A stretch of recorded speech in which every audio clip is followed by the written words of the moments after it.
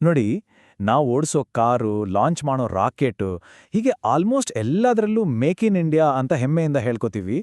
ಆದರೆ ನಮ್ಮ ತಲೆ ಮೇಲೆ ಹಾರಾಡೋ ವಿಮಾನಗಳ ಕಥೆ ಏನು? ಅಲ್ಲಿ ಒಂದು ಶಾಕಿಂಗ್ ಸತ್ಯ ಇದೆ ಗೊತ್ತಾ? ನಂಬೋಕೆ ಸ್ವಲ್ಪ ಕಷ್ಟ ಆಗ್ಬಹುದು, ಆದ್ರೆ ಇದು ಸತ್ಯ.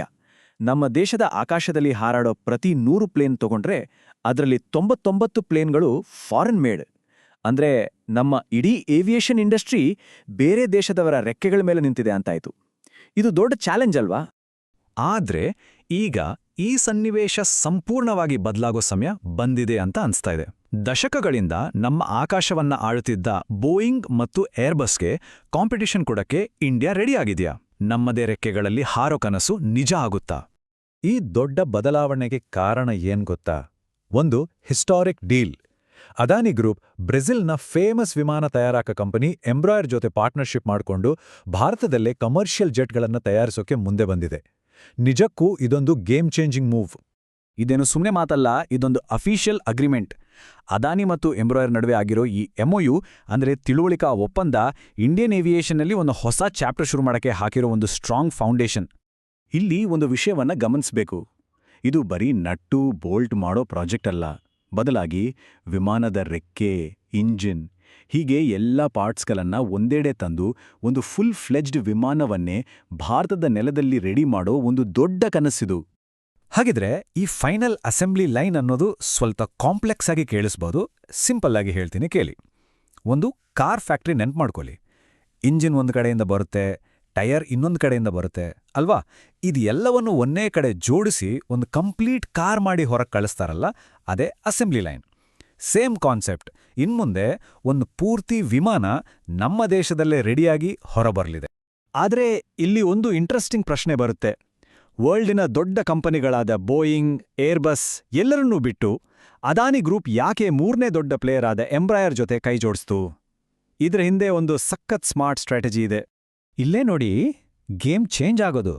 ಬೋಯಿಂಗ್ ಮತ್ತು ಏರ್ಬಸ್ ಇವೆರಡೂ ದೊಡ್ಡ ದೊಡ್ಡ ಸಿಟಿಗಳ ಮಧ್ಯೆ ಹಾರಾಡೋ 180ಕ್ಕೂ ಹೆಚ್ಚು ಸೀಟಿರೋ ದೈತ್ಯ ವಿಮಾನಗಳನ್ನೇ ಜಾಸ್ತಿ ಮಾಡೋದು. ಆದರೆ ಎಂಬ್ರಾಯರ್ನ ಸ್ಪೆಷಾಲಿಟಿನೇ ಬೇರೆ. ಅವರು ಸಣ್ಣ, ಎಫಿಷಿಯೆಂಟ್ ರೀಜನಲ್ ಜೆಟ್ಗಳನ್ನು ಮಾಡೋದ್ರಲ್ಲಿ ಎಕ್ಸ್ಪರ್ಟ್ಸ್. ಅಂದ್ರೆ 70ರಿಂದ 150 ಪ್ಯಾಸೆಂಜರ್ಗಳನ್ನು ಹೊತ್ತೊಯ್ಯುವ ಚುರುಕಾದ ವಿಮಾನಗಳು.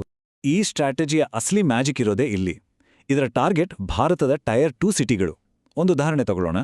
ಹುಬ್ಬಳ್ಳಿಯಿಂದ ಮೈಸೂರಿಗೆ ಅಂತ ಇಟ್ಕೊಳ್ಳಿ. ಈ ರೂಟ್ನಲ್ಲಿ 180 ಸೀಟಿರೋ ದೊಡ್ಡ ಬೋಯಿಂಗ್ ಪ್ಲೇನ್ ಓಡಿಸಿದ್ರೆ ಅರ್ಧಕ್ಕರ್ಧ ಸೀಟು ಖಾಲಿ ಉಳಿದು ಲಾಸ್ ಆಗೋ ಚಾನ್ಸ್ ಇರುತ್ತೆ. ಆದರೆ ಅದೇ ರೂಟ್ನಲ್ಲಿ 100 ಸೀಟಿರೋ ಎಂಬ್ರಾಯರ್ ವಿಮಾನವನ್ನ ದಿನಕ್ಕೆ 2 ಸಲ ಫುಲ್ ಮಾಡಿ ಹಾರಿಸಿದ್ರೆ ಖಂಡಿತ ಪ್ರಾಫಿಟ್ ಆಗತ್ತೆ. ಹಾಗಾಗಿ ಈ ಎಂಬ್ರಾಯರ್ ಜೆಟ್ಗಳು ಇಂಡಿಯಾದಂಥ ಗ್ರೋಯಿಂಗ್ ಮಾರ್ಕೆಟ್ಗೆ ಪರ್ಫೆಕ್ಟ್ ಮ್ಯಾಚ್ ಅಂತಾನೆ ಹೇಳ್ಬೋದು. ಯಾಕಂದ್ರೆ ಇವು ಫ್ಯೂಯಲ್ ಕಡಿಮೆ ಕುಡಿತವೆ, ದೊಡ್ಡ ಪ್ಲೇನ್ಗಳಷ್ಟೇ ಕಂಫರ್ಟಬಲ್ ಆಗಿವೆ ಮತ್ತು ಎಲ್ಲಕ್ಕಿಂತ ಇಂಪಾರ್ಟೆಂಟ್ ಅಂದ್ರೆ ಸಣ್ಣ ಸಣ್ಣ ಊರುಗಳ ಮಧ್ಯೆ ಕನೆಕ್ಟಿವಿಟಿನ ಹೆಚ್ಚಿಸೋಕೆ ಬೆಸ್ಟ್. ಆದರೆ ಕಥೆ ಇಲ್ಲಿಗೆ ಮುಗಿಯಲ್ಲ. ಇದು ಬರೀ ವಿಮಾನ ತಯಾರಿಸೋ ವಿಷಯ ಮಾತ್ರ ಅಲ್ಲ.